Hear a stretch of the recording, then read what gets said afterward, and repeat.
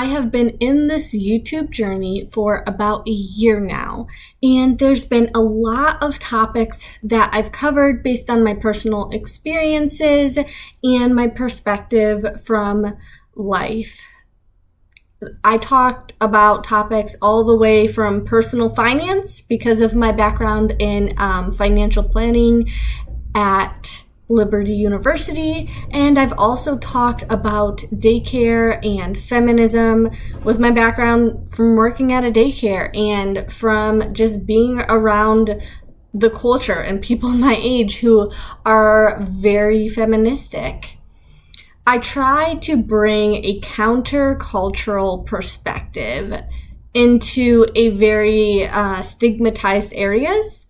And so if that's something that's interesting to you, then go ahead and watch a couple of the highlights from what I've been talking about over this past year.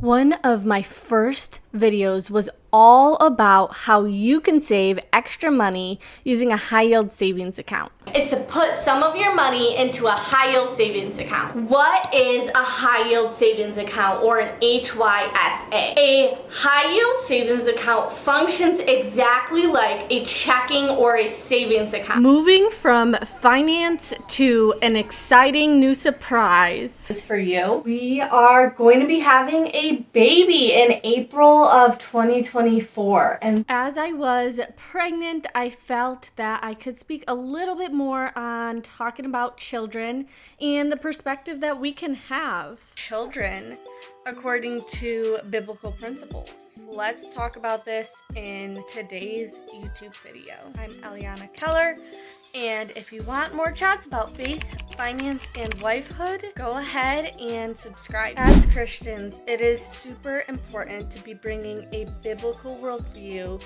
into every single aspect of our lives. And this led into a couple of important conversations, such as single women saving for a future family, or whether that was not going to be helpful for them. Really want to give a context for the culture that we live in, and maybe some of the subcultures that are inside that broad culture, to really gain an understanding of kind of like finances, and also women, especially women who are single women. Bringing together my background in finance and pairing that with my passion for women who were preparing for marriage or who already were married, I decided to talk about practical ways that you could actually live off of one income that is very present and involved with their children. They're wondering, okay, we've been living off of two incomes for a while. How am I going to transition to living off of one income? And here are 5 ways that women can transition to living off of one income in your household as a family. These kinds of topics led me to share about my own personal experience working in a daycare and how I think that some of the children benefited or did not benefit because of the daycare setting. This was by far my best viewed video to date. What type of care they want for their children once the parents do have a child. I grew up in a home with a stay-at-home mom, and so I personally have not been to daycare as a student. However, when I was older, working in high school, I really wanted to work with children.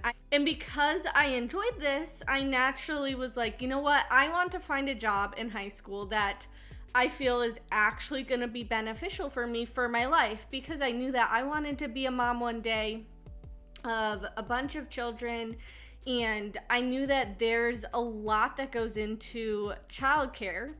As these conversations were being brought up, I decided to branch out and continue to deepen the conversations that I was continuing to have, talking about Gen Z and why maybe that generation may not be choosing to have children quite as much as other generations.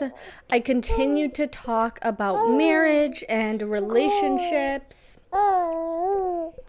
And the baby continued to be a present part in the conversation and talking about children in general and the perspective behind why our culture chooses to have children and how we can approach a lot of these topics from a completely different worldview and perspective in order to live a happier, healthier, and more productive life.